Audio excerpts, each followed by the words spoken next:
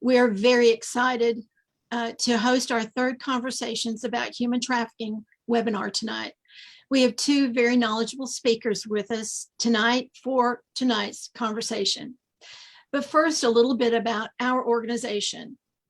I began my journey to learn all I could about human trafficking in 2009. At that time, Alabama, and more specifically North Alabama, did not have anything in place in order to fight these crimes. We lacked even basic knowledge about human trafficking. North Alabama did not have anything in place in order to fight these crimes. I'm getting feedback. I'm not sure what the problem is. Sorry. We lacked even basic knowledge about human trafficking, no state laws, and no infrastructure in our communities to address this issue. So I started this task force to educate people on what human trafficking is, what it is not, what it looks like, and how large the issue is in our area. Most people don't realize that human trafficking is the second largest criminal enterprise in the world, second only to the sale of drugs. I'm proud to say that the North Alabama Human Trafficking Task Force became an official 501c3 nonprofit organization last year to enable us to do more for our community. Our mission is to promote awareness and education, collaborate with other task forces across the state, and advocate for better statewide human trafficking laws. We started these quarterly webinars this past year, mainly due to COVID-19, since we couldn't meet in person. And we quickly realized these webinars are both informative and can reach a large audience through current technology. So we're going to continue them into the future. Anybody can watch at their leisure, and we're getting first-rate speakers who greatly inform the community. If you're watching tonight via our live stream on Facebook, please let us know if you have any questions. We have members of our task force watching our Facebook feed, and they will forward your questions on to me. So again, tonight, our third virtual webinar, Conversations About Human Trafficking. This is our first conversation to focus on labor trafficking. This topic does not get the press that sex trafficking does, and it too is a real issue that needs to be better addressed and better understood. We have two great speakers tonight that are both experts in their fields. First, we will be speaking to Adam Strickland, who is an investigator with the Alabama Department of Labor. And our second speaker is Robin Sells, who is with the Trade Fair Marketplace here in Huntsville. She will be talking about fair trade and ensuring the products you buy do not use slave labor in their production.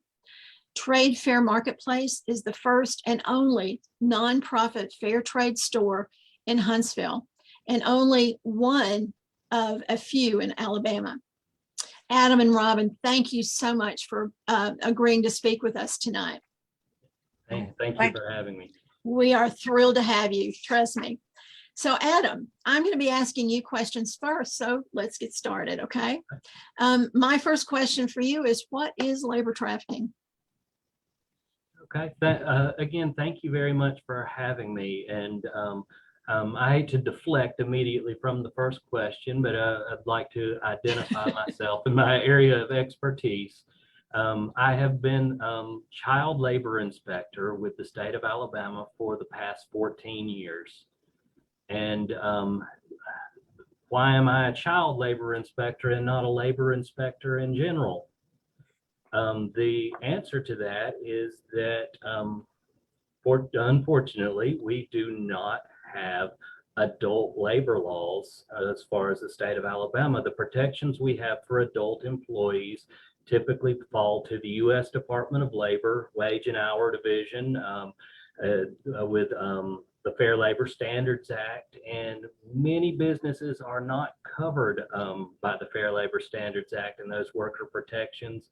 But in Alabama, we do have a child labor law, and it does have some unique things associated with that law that can aid in, especially with other agencies when investigating incidences of human trafficking, especially if it involves children. And being what I've said, the Alabama Department of Labor doesn't have a specific area of expertise in labor trafficking, nor do we specifically have laws that address that. But as me being child labor inspector, I'm one of the only people here who have actually encountered it. So, and being a part of the human trafficking task force, it is my role to try to educate myself as best I can on it. And I'm just learning with everybody else. And that's the perspective that I'm going to come from. But we're also going to get to some things that I've interacted with as we move along. But you ask, what is labor trafficking? It was specifically defined by the Trafficking Victims Protection Act of 2000. And it defines labor trafficking as the recruitment, harboring, transportation, provision, or obtaining of a person for labor or services through the use of force, fraud, or coercion for the purpose of subjection to involuntary servitude, peonage, debt, bondage, or slavery. That's a long definition. It is, and a lot of people would confuse this with smuggling. Smuggling is a different thing. Someone who is trafficked may be smuggled at some point. Smuggling involves bringing somebody illegally across a border. But for it to be trafficking, there has to be an element of force, fraud, or an implied or actual threat of violence or something against the person. A trafficking victim, a person who is trafficked is a victim. A person who is smuggled, they may be choosing to do that. The trafficked person may be smuggled as well, but the trafficked person never has to cross a border. A trafficked person, regardless if it's sexual trafficking or labor trafficking, can come from right here, and they can never cross a border, and they can still be a victim of trafficking if they're being forced to work via fraud, coercion, for the purpose of the things listed: involuntary servitude, debt, bondage. I don't want to go on too long before we go to the next question, but involuntary servitude is going to involve things like telling you that your family back home is going to be assaulted or killed if you do not continue to work, or someone has held on to your legal documents to be in the country, and they're going to turn you over to immigration, or they're going to turn you over to the authorities for you to be arrested, or that you've done something criminal that they can turn you over for. Debt bondage is one where you've built a real or perceived debt with the trafficker themselves, and that debt may be that where you came from, someone may have put up their entire home, their land for you to get over here, thousands and thousands of dollars, but you're told that you'll be brought to the U.S., that you'll have a job, that you can pay that back to the people who brought you over. Right, immediately we're kind of looking at smuggling, but then it changes quickly. They get over here, and any formal visas or anything that have are taken away, any form of communications taken away. You're thrown into a one-room apartment with 20 other people, and at this point they probably have you a job, but it may be through a second or third party employment service, who one of the members of the employment service, they're connected with the trafficking ring, and yes, you may be making $500 a week from the job that they've placed you at, but they're already charging you for the room that you're living in. They're already charging you for transportation to and from the job, and they're your only means of survival. They're controlling your food that's brought to you. You are in debt bondage, and where you think you're going to work your way out of this debt fairly rapidly at this nice job that they've promised you through fraud, The next thing you know, you're a year down the road and you owe them even more money. I know I've rambled off from what is labor trafficking, but I wanted to point out that there is a difference in labor trafficking or human trafficking in general and what we think of as smuggling. In a smuggling instance, people have crossed borders, but they're free to leave. They're free to change jobs. In the trafficking situation, they are being controlled by someone else. Good. Next question is, what industries and businesses have a higher occurrence for labor trafficking in your experience? Okay. As I'll mention in a little bit, just about anywhere there can be, if there is labor involved, there can be human trafficking. In my personal experience, we're going to go ahead and quickly say in the areas of meat, chicken processing, and construction, but worldwide and throughout the U.S., domestic service, landscaping, restaurants, agriculture, which unfortunately the state of Alabama Department of Labor has no coverage on agricultural work.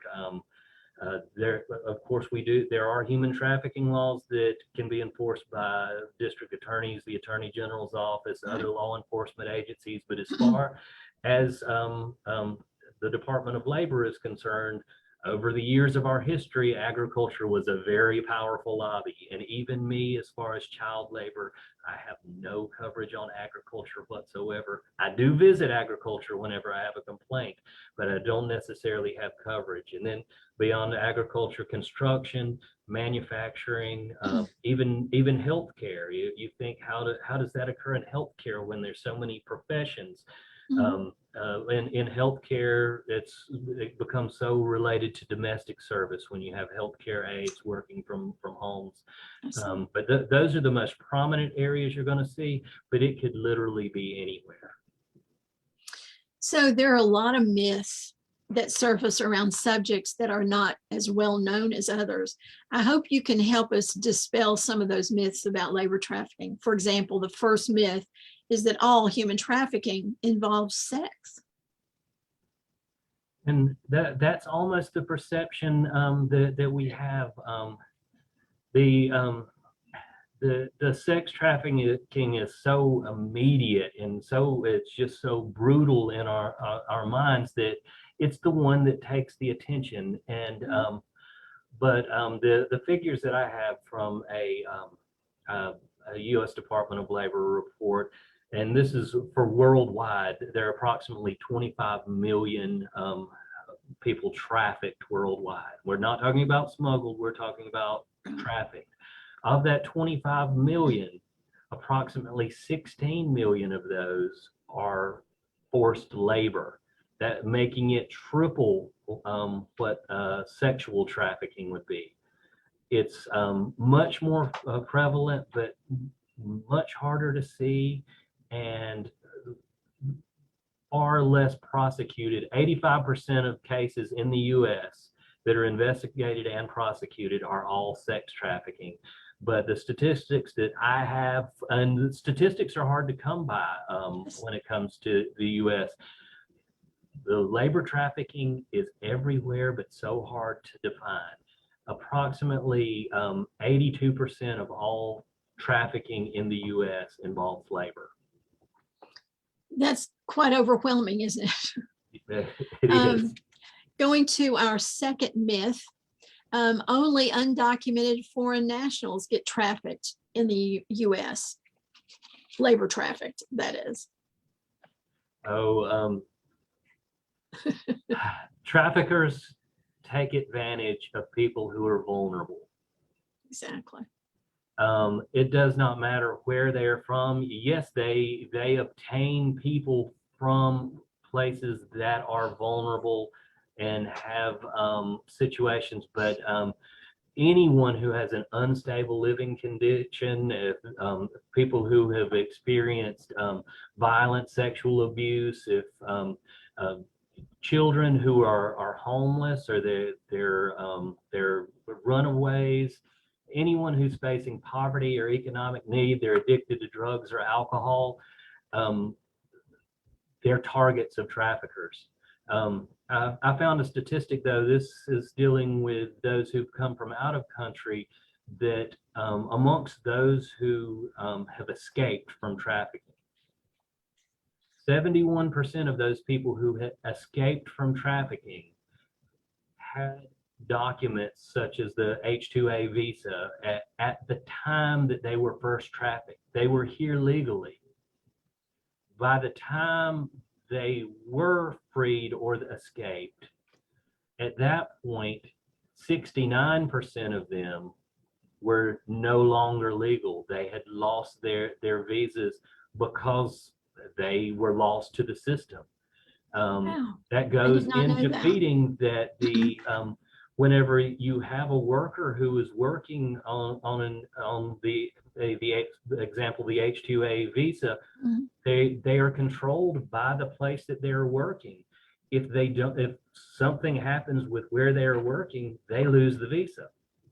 So 70% were legal when they started or first became trafficked. By the time they escape from trafficking, they're no longer legal and no longer necessarily have the protections that were associated with the visa that they had to start with.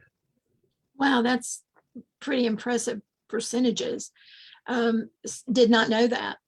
Myth number 3, labor trafficking is only or primarily a problem in developing countries. Labor trafficking is absolutely worldwide. It is anywhere where labor is needed, and it's going to be more prevalent where money can be made. If we're talking about the U.S., the wages are going to be higher. Those that are trafficking and have access to the wages of the trafficked victims, they're going to have access to more money. It's more lucrative to traffic in the United States than it is in India, even though it may be different. But worldwide, the figures that I have, and this is not referring to third world countries, this is worldwide. You've got 7.5 million forced labor victims working in construction. You've got 3.8 million working as domestic workers. You got nearly 2 million working in agriculture. That's worldwide. That's not just in the U.S. But if we look at those numbers, and I have the numbers here, and I'm not going to sit and try to read to you, and I'll get confused trying to read through notes that I have. But those particular areas, especially domestic workers, there have been studies done. There are hundreds of thousands, if not millions, of those workers in the U.S. And when we get access to them and speak to them, you find that 5 to 10% have experienced elements of trafficking. Wow.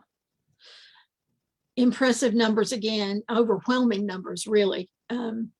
Thank you for that, for helping us better understand what labor trafficking is. But to continue our discussion, what are some of the signs to look for in a labor trafficking situation or an exploitation situation? As the things I was mentioning earlier, the traffickers, they prey on the vulnerable. There's so many different areas to think of, and my mind runs rampant to each one. But I'll mention some that I've found that are more common, and that's that if it's someone who feels like they can't leave their current job, even to switch to another job, if they owe money to the employer, there really should never be a time that you owe money to your employer. If they've taken a job and they were promised one amount and then they're actually being paid a different amount. If you've got someone who has lost control of their identity documents, that someone's taken their passport from them, they're cut off from interactions with other people.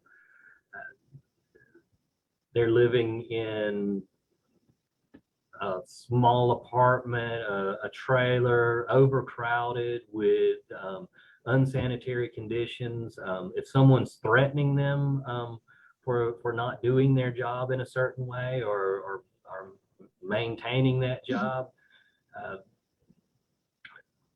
I've seen you working in dangerous conditions without any proper safety gear training, no breaks, again, in Alabama, there are a lot of times that we don't have breaks and other protections, but generally our employers still give those things. It's common to do so. When you find somebody who's going without those, you have to question why they're there. There's got to be some opportunity for movement, and why aren't they trying to get out of this? I think we've covered my next question, which is the different businesses and industries. So I'm going to skip to the next one. Is there a specific country from which most of the labor trafficked victims in Alabama have come from? And if not a majority, which countries in general are being represented? That's a fairly easy one for me. We could address it as every country in the world if we wanted to just talk about labor trafficking in general. But I don't want to make up cases that really haven't existed in Alabama. Pat, I know you're familiar with a manufacturer up in the Huntsville area. Right. That there were some questionable things with folks from Eastern Europe and throughout the Caribbean and even Africa. Those are not the ones that I'm generally seeing. I'm seeing Guatemala and Honduras. Mexico is what everybody expects, but that's more of a rarity. The issues that we are seeing from the Alabama Department of Labor, and specifically in the child labor area, most of the time it's in Alabama, it's folks coming from Guatemala, Honduras, Central America. Okay. Can you share some of the cases you've investigated in Alabama? Sure. Yes. I'm going to try not to be too detailed. Sure. And I said that there are some things that are unique about Alabama's child labor law that other states don't necessarily have this. Just about every state has a child labor law of some sort.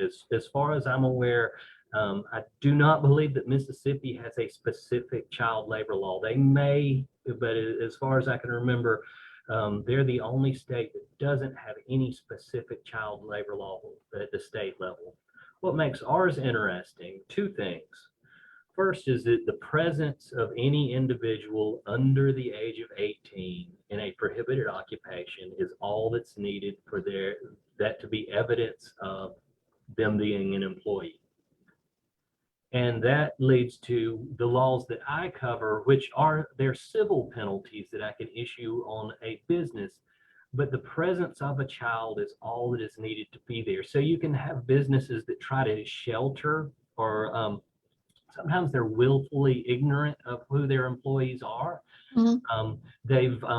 They're not really even concerned to look at them. Even if we can look at them and see that they're small and they have little chubby cheeks and no lines around their eyes, and we're talking my area, the child labor, we're not necessarily talking adults. I choose not to look at them. The employees have not been hired directly by their human resource team. They've been brought in by an employment service, right, who we're discovering may have brought them from another employment service, who then brought them even from a third or fourth party. And the next thing, you've got children in your business. And here's where I'm saying that we're unique. Every person and every business in that chain, including that we can say that, oh, this poor business has been set up, these people have put them in there. But if the business that they are working at choose to be willfully ignorant of who they have working there, the presence of that child alone under the age of 18 in that prohibited business, and we can go over prohibited occupations, but I know we don't have time. That is all that is needed for me to assess that that is an employee at that location. And I don't have criminal charges on that unless there's a severe injury or death. But I have civil money penalties that I can issue, and being civil money penalties, that the burden is on them to show that the violation did not occur, and the presence of the child alone is the evidence that the violation has occurred. That's unique to us. That's good. And we've used that before as well. Another thing that's unique to us, and we'll put it into a specific case, is that if you do business in the state of Alabama, you give the Department of Labor the right to enter your establishment at any time for the purpose of an inspection concerning child labor. So that's unique to Alabama? That is unique to the state of Alabama. We have no need for any warrant or prior notice. Ah, Most other law enforcement agencies, there has to be some sort of warrant, that even prior notice given before you enter. What has happened in these sorts of situations, we've had a situation where an employee wound up in the hospital, and it was determined that she was 14 years old. She had been injured, and I'm not going to go into details, but it was related to her not performing well at her job and still owing money to the trafficker. Found out that this young lady she had been working at this particular business, which was a chicken plant, since she was 13. And she was working there with not false documents, but stolen documents as are provided. And this was not through a third party. These were people who were hired directly through the HR service at the place. And in this particular instance, we had a situation where at the time, Homeland Security was not entering chicken plants for this sort of thing. And the U.S. Department of Labor Wage and Hour Division had to give notice. DHR was already involved at the hospital, but this is where we're trying to go in the plant and find other people. Well, what we were able to do, and the Department of Labor does not have the level of resources to where we have excellent interpreters who've worked in Guatemala and Honduras and these other areas. Homeland Security does. Well, what we were able to do in this sort of situation is that myself and Robin Wilburn, who is my boss as child labor, we were able to go to this establishment and present our authority and the statute that we're allowed to enter. And we brought everyone else in with us as advisors. So even there, we had the experts with us, but they were somewhat prohibited from entering this situation because of the laws they had to work around. And they used our ready access to get in there. And in doing that, we were able to get numerous teenagers, some younger and some older, some legal age, to be there. We were able to get them out of this situation. And this was an outright fraud situation where this company, they had the fake documents or the stolen documents in the file, but also had the real names of the individuals in the file. And what we find, we're able to figure out who the kids are, because the vast majority of the kids that come across, be it trafficked or smuggled, however, kids are generally turned in to Homeland Security or ICE, and they give their accurate information because the kids are then sent to live with family or a caregiver. Unfortunately, sometimes that caregiver is the trafficker, but regardless of what the information is, we're able to use, we've taken school principals to do surveillance and watch the people going in and out of the plant, and the school principals say, yep, that kid's in my school, that kid's in my school. And because the kids are operating one life under their real information and another under different information, we're able to use the information from the school, get it to Homeland Security, they get us their real information, and the kids are there. It's prima facie evidence of their employment. That's all that's needed. They're there, and that business has civil money penalties. At the same time, I don't want to keep on rambling and go forever with this. I know we've got another speaker. The construction industry as well, roofing.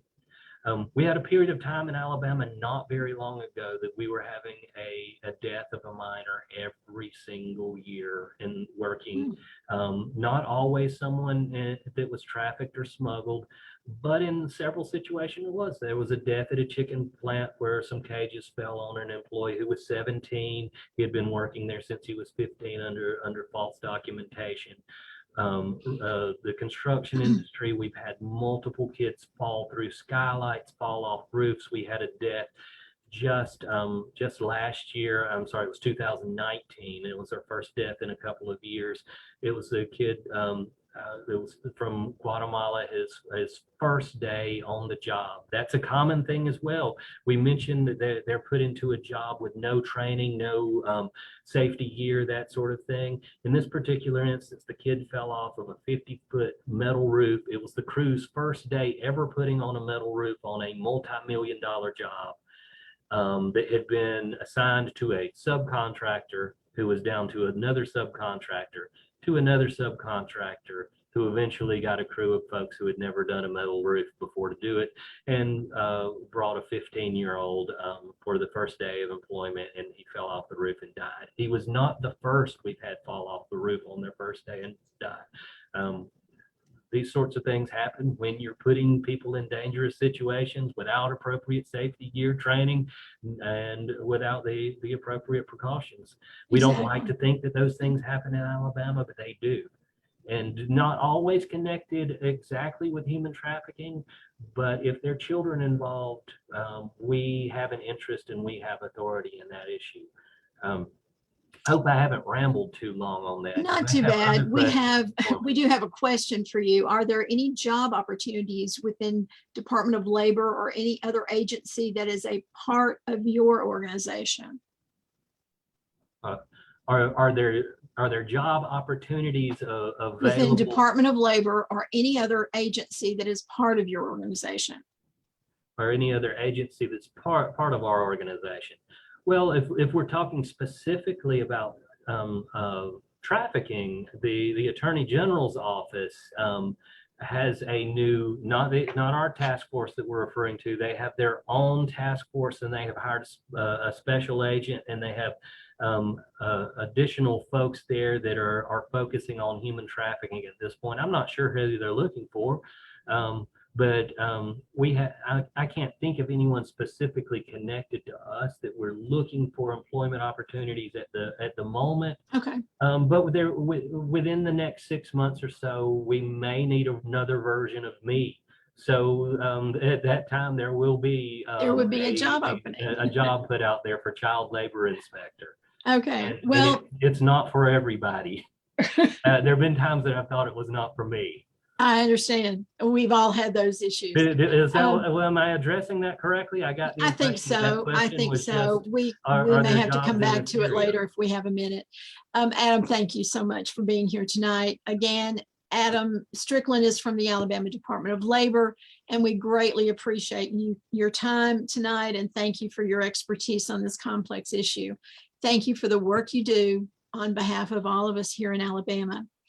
And we're going to go to our second speaker.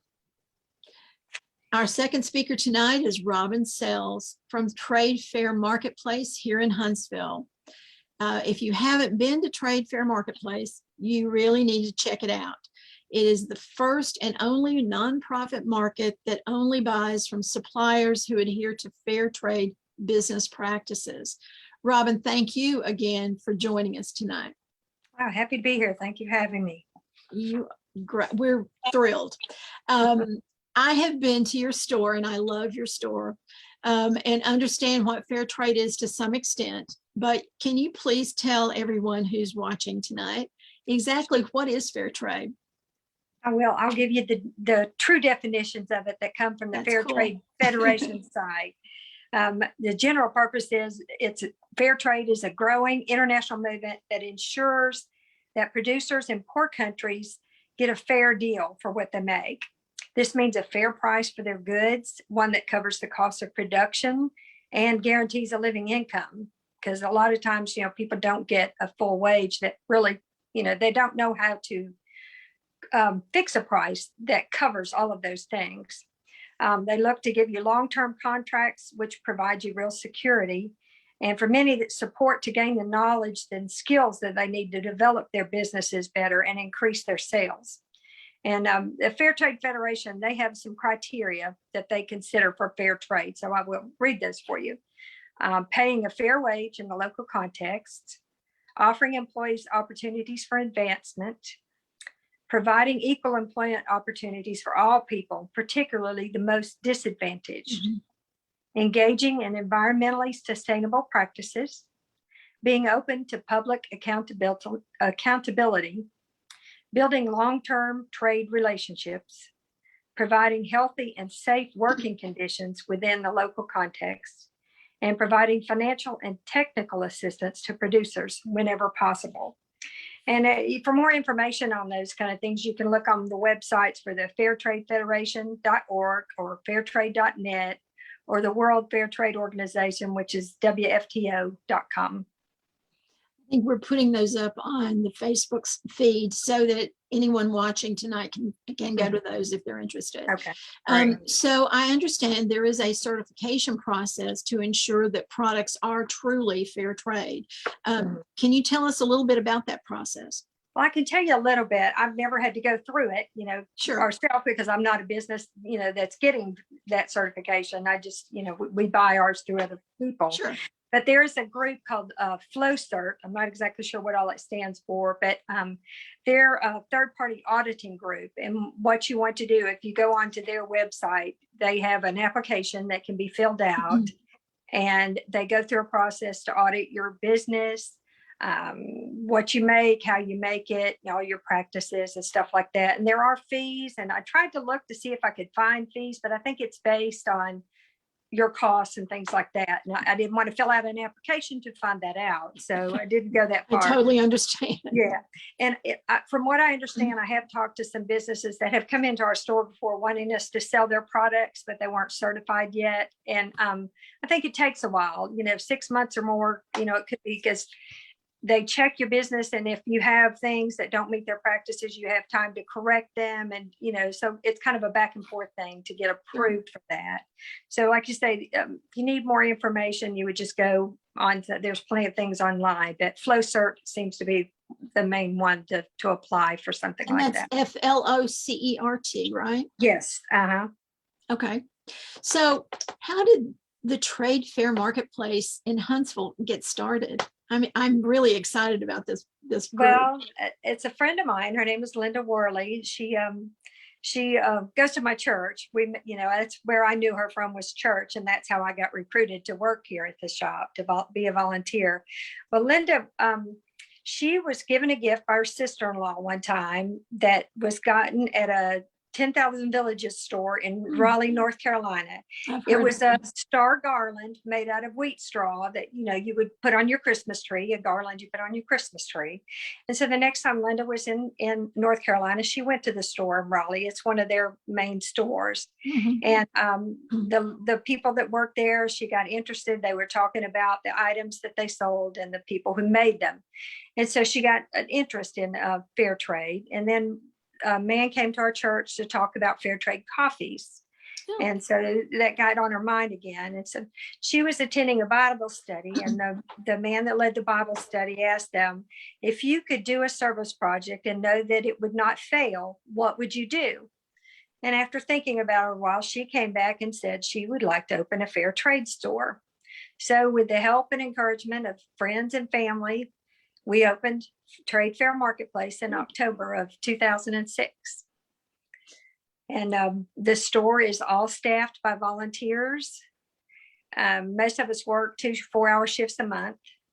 Right now with COVID, it's kind of been different. We closed for a couple of months, and we're just open 3 days a week on Thursdays, Fridays, and Saturdays right now, because a lot of volunteers are not willing to get out and work at this. Most of our volunteers are retired from other jobs. And so, they're a lot of them are a little more vulnerable. So they're not willing to work. We're actually located in the lobby of a beauty salon on Regal Drive in Huntsville. So it's kind of we just have a little one room. It's a small shop. So it's very fun. I enjoy working there. And I am one of the board members. for the shop. Very good. And I really do like your shop. There's always something new there. And if anyone watching tonight has not been there, you really need to go, because Christmas is coming and you might as well. I mean, it's eventually going to be here. But I know that COVID has really changed all of our lives, but especially from a retail standpoint, I can only imagine how it's been difficult for you guys. Yeah, well, we've had issues with shipping, and getting things, because our products come from mostly third world countries.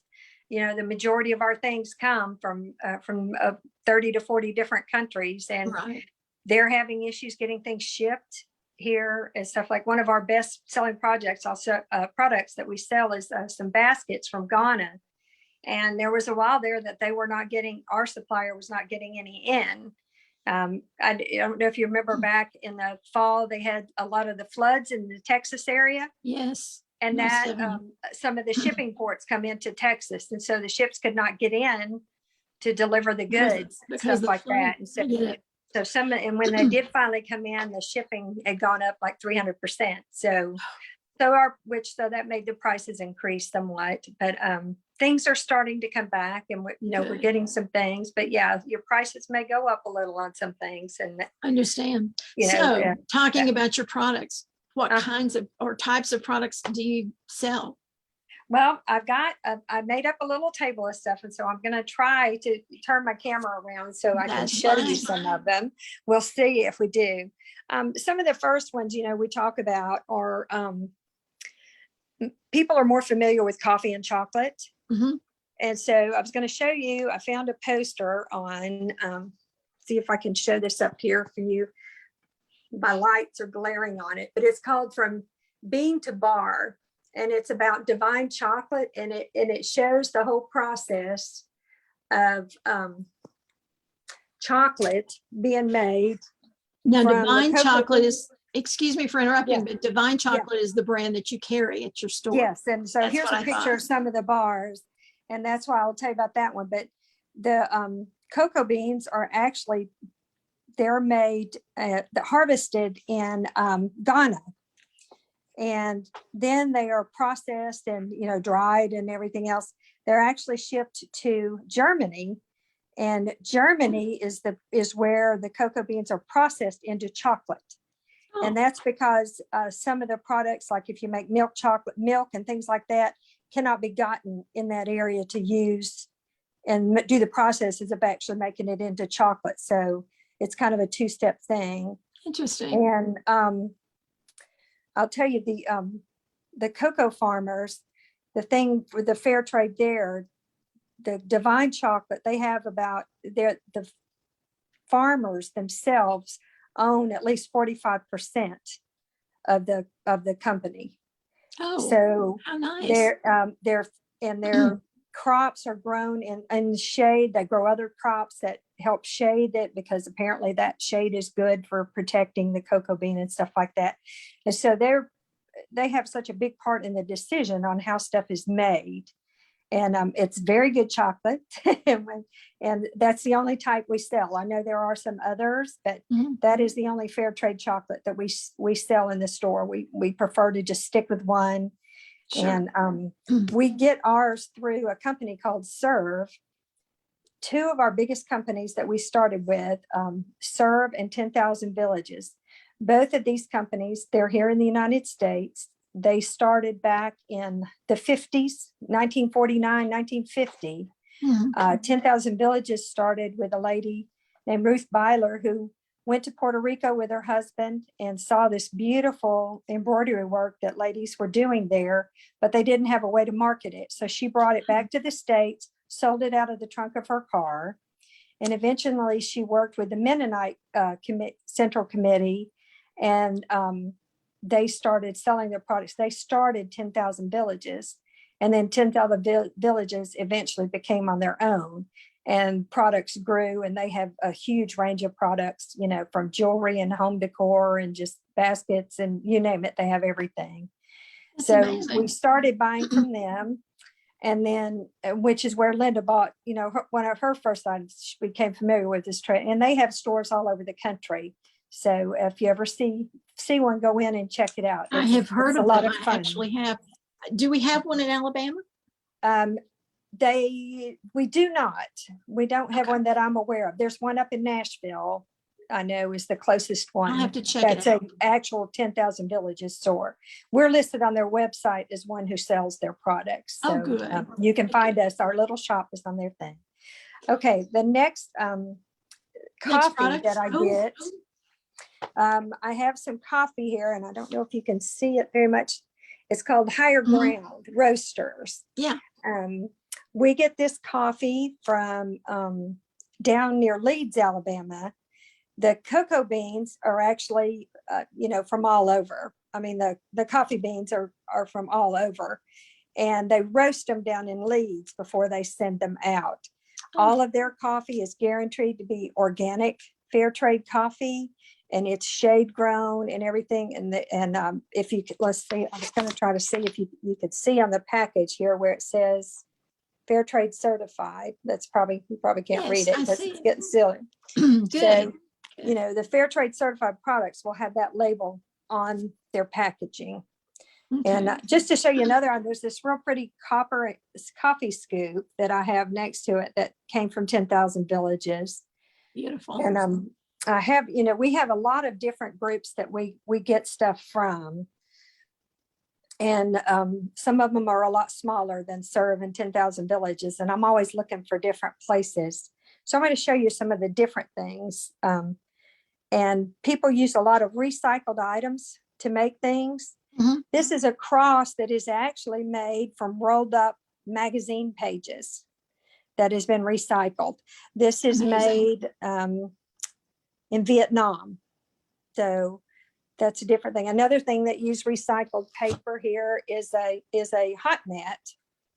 And this is made from newspaper. Same process. It's rolled up and then the little sections are tied together with twine to make like a hot pad. And that's, a recyclable item, newspapers that are being thrown away. So, that's how they use that as a source of, product to make. It's amazing the intricate designs that you're showing Mhm. us.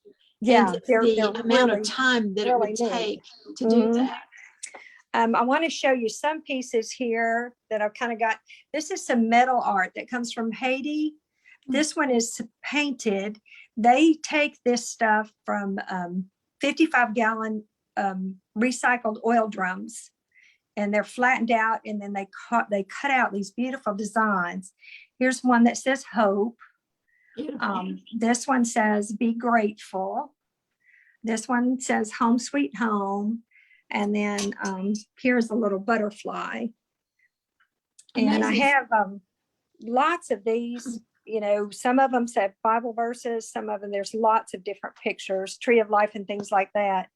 And of course, in Haiti, they just recently had another earthquake, Yes, it did. 7.2. They had one less than 10 years ago as well, that they were still, getting recovered from. Exactly. And so I have a group called Papillon Marketplace that I'm really worried about the artisans being able to produce stuff, especially this year. I did just order they're making some new greeting cards, and they have some really small versions of metal cutouts that are going to be on greeting cards. I hope to get those in. These were some things that were already made, and they had some down in Florida where they sent some stuff out from them. So, well, I appreciate you showing us your beautiful products. I'm going to have to come down and visit. And you say Thursday, Friday, and Saturday you're open? Yes, from Good. 9 to 4. So my next and last question, if I can get it out, is what does fair trade mean to the artisans, the actual creators? Well, for them, it gives them a chance. We call it, it gives them hope, dignity, and joy and respect, because they have hope that fair trade brings them for regular work and pay. Okay. They see hope for their future. They earn dignity and respect by having regular work with, for fair pay. And then they get respect in their communities and they experience joy and being able to provide for their families. And the last thing I'll leave you with is want to say that we all go shopping but fair trade is just shopping with respect. I love it. I love it. That's a lovely way of ending your presentation. If anyone that's watching tonight would like to learn more about fair trade, Robin mentioned a couple of websites, and those will be posted on our Facebook feed tonight. So please feel free to go and learn more information about it. And thank you, Robin. I can't thank you enough for being here with us tonight. It's been a pleasure speaking with you. And we're so lucky to have people like you who in our community working so hard to provide fair trade for all of us and willing to educate us about what it is. So I want to go to Adam if I could, because I have a question for you, Adam. I'm still here. Let's see, wait a minute. What types of force, fraud, and coercion do you regularly see being used? And is it a threat of deportation? Is that involved? That's one of the most common things is the threat of deportation, but there's beyond forced and the fraud aspect. We can take it away from from maybe undocumented or documented immigrants to homeless youth who may be recruited for a peddling job, going door to door selling certain things. They're given promises of this way out and to take care of themselves, and through fraud, and they're used up to the point that they are not useful, and they may even be abandoned somewhere. The fraud that's instituted there is that they are given this offer of some way to better themselves and get out of their situation, and they find themselves trapped in a hotel room with dozens of other people as well. You don't think about that when someone comes up to, and that's not just selling items. Those people can wind up being forced to sell drugs, but it's also begging. There's no law against panhandling, but sometimes you have forced begging. You have teams that people who are at their weakest point, they're manipulated and taken advantage of and convinced that they have a way out, and the next thing they're on the street and they're forced to beg and turn the money back over to the traffickers. The normal thing, the fraud, the coercion is what you expect. It's going to be the agriculture, manufacturing, labor that they have been promised a job. They're coming from another country, and what they have been promised is not what's delivered whenever they get here. When they get here, they find themselves in some sort of debt bondage. So another question for you, Adam. Are there protocols in place to, once you find these children who have been exploited, really, are there protocols in place to refer these children to mental health treatment or trauma-informed treatment of any kind? But it's out of my territory. Okay. The Who do you children, refer them to? The DHR is, Okay. they are there to take the children into custody when it involves children, and they're responsible for services.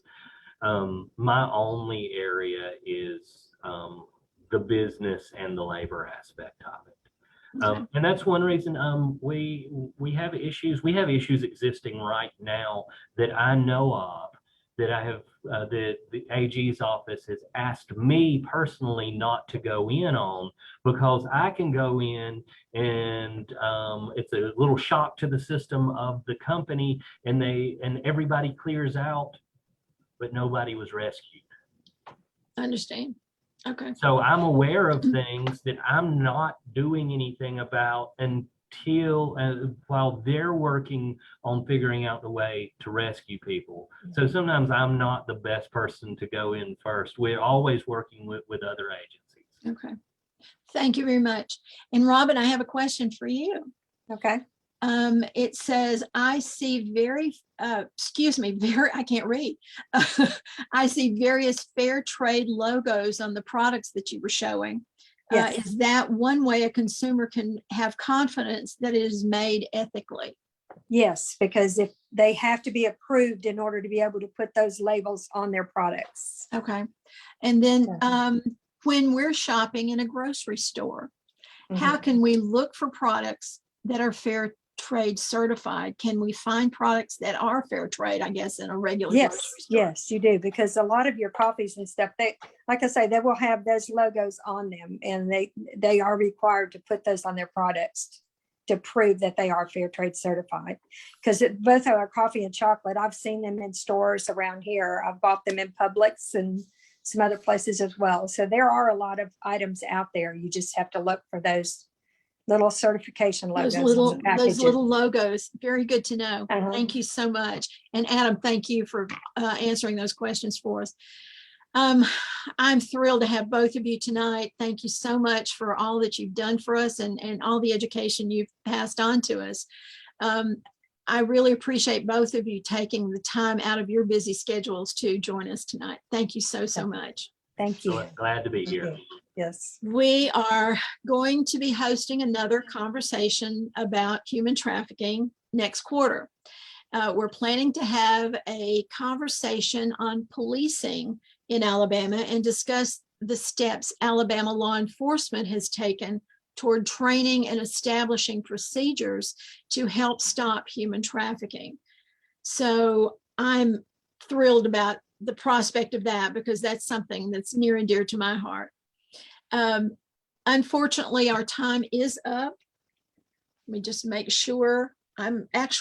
We have 2 minutes. Is there anything I need to do? No more questions? I think we're going to end about 2 minutes early. Thank you so much for being here. Thanks for those who joined us through Facebook. We really appreciate your commitment to learning more about labor trafficking and human trafficking in general. Our time is up. Thank you everyone for joining us tonight. Please be safe, and thank you and good night.